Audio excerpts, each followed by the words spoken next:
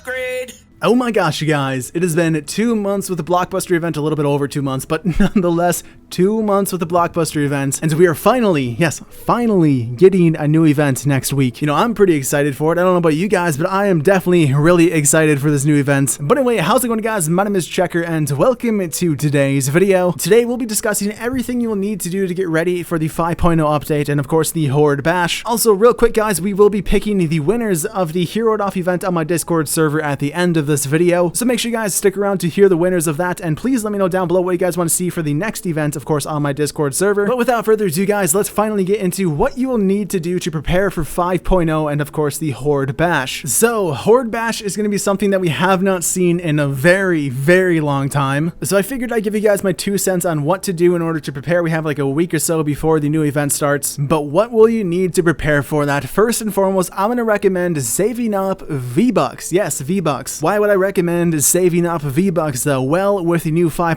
update, we should be getting a brand new event. So those Blockbuster llamas that you've known to come and love for the past 2 months are finally going to be going away. And the reason you want to save up V-Bucks is because once we get those new llamas, you then want to go and buy just whatever normal upgrade llamas, because you will get tickets for those new llamas. And therefore, you'll get a nice head start on getting as many of the new llamas as you can, and hopefully the new weapons, which should, and I have no idea about this, but they should be the flintlock weapons, I would assume. I'd hope. I would assume that we're gonna have the flintlock weapons though in the next event, but you never know, you never know. So if you guys can resist the temptation, hold on to those V-Bucks until we get the new event. You know, as far as I see it, it's much better getting those new tickets as opposed to the Blockbuster tickets, which we've had for 2 months now. So that is the first thing that I recommend doing. Go and farm those missions that reward V-Bucks. Stockpile as many of those as you possibly can, and just buy as many llamas as you possibly can once the new event starts. Speaking of stockpiling things, so you're going to want to start to stockpile other resources as well. Things like seasonal gold, which will, by the way, carry over into the next event. But seasonal gold, pure drops of rain, whatever you need to evolve new weapons, new heroes, all of those things, is start to stockpile them, get them ready for the new weapons, for the new heroes, just for the new event in general. If you're looking for some heroes though for this Horde bash, or if you're looking for some weapons for this Horde bash, we'll quickly cover those as well, what I would recommend getting for those. So if you have some legendary flux left over and you're looking to get either a new weapon or a new hero, this is what I would recommend. Well, first and foremost, actually, we still have the links in the event store. Or the weekly store. I would highly recommend you guys pick that up, as it is becoming one of my favorite weapons, if not my favorite weapon in the game right now. Yeah, I actually like this thing better than the Siegebreaker. I like it better than my Silent Spectre. I like it better than the Bobcat. I love this thing. Dare I even say that I like it better than the Gravedigger?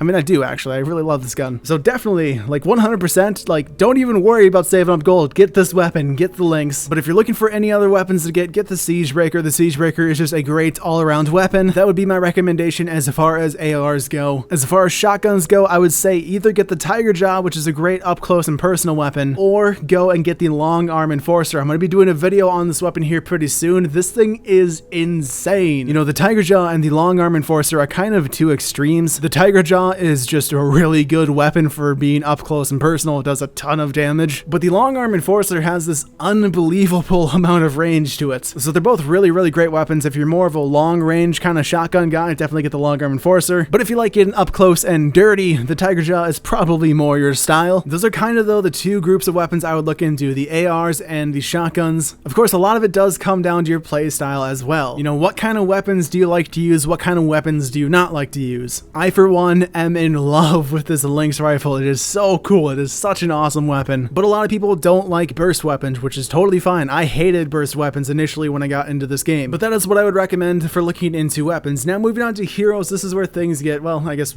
kind of the same, except we have like mythics now. What am I talking about? I should stop rambling. As far as heroes go, I can really only recommend either soldiers or constructors, with the exception of maybe the Ranger Deadeye as far as Outlanders go. I don't really recommend ninjas. Ninjas are kind of, well, they're kind of like, what would be a good word for this? They're kind of, as Morgan at Split Screen says, squishy. They don't really take damage that well, I guess is what I'm saying. A lot of their abilities focus on you getting up close and personal, and and while they can do some pretty decent damage being up close and personal, they really just don't hold their own as well, I guess. I mean, I just find that whenever I play as a ninja, especially in higher level missions, I'm constantly going down, and it's not necessarily because ninjas are bad. I mean, ninjas are great in Stonewood and Plankerton. They're amazing. Ninjas were pretty much all I would use in Stonewood and Plankerton, but I just couldn't ever really use them in Canny Valley or Twine Peaks because I would always be going down. So I just can't recommend picking out any ninjas for Horde Bash. If you're looking for an Outlander though, I would definitely go with Ranger Deadeye. If you have to go with an Outlander, he is definitely by far the best Outlander as far as damage output goes. He's pretty dang good with pistols, like really dang good with pistols. So if you have a really good pistol and you're looking to use an Outlander in this Horde Bash, I mean, definitely go with him. But moving on to soldiers and constructors, which of course is what I would always recommend playing as. You know, soldiers even more so than constructors, but as far as soldiers go, I would recommend either, of course, the Mythic Grenadier or the more popular and actually a lot of the times even better hero, the Urban Assault Headhunter. Yes, you know, I always do use the Mythic Grenadier.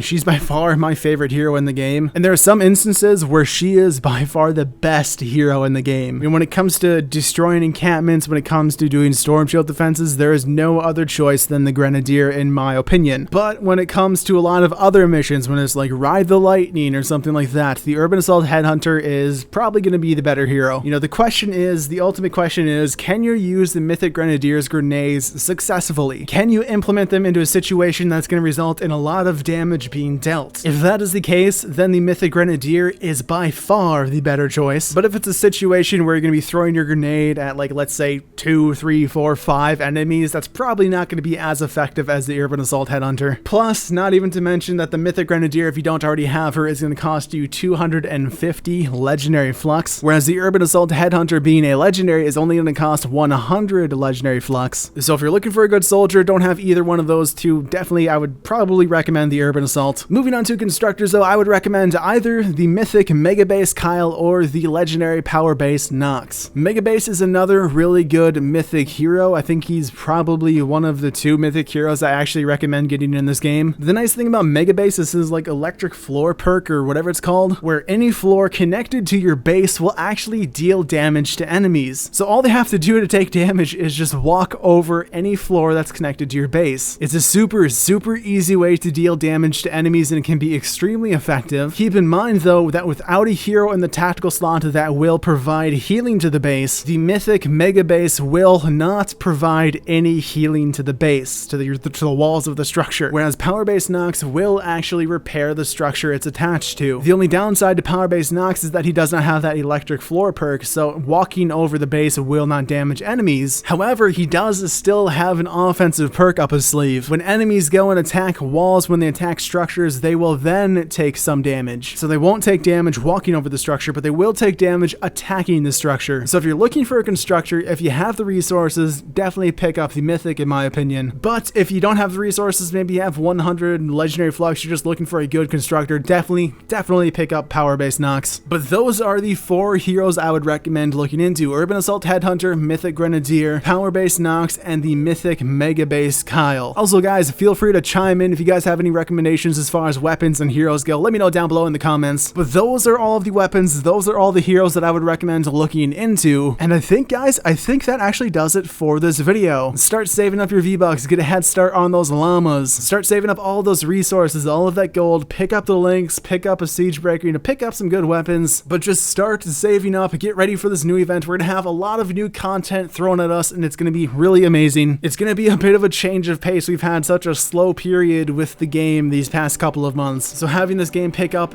I'm so excited for it. I cannot wait. But anyway guys, thanks for watching today's video. If you have any comments, let me know down below. But thanks for watching, hope you guys enjoyed, and I will see you guys next time.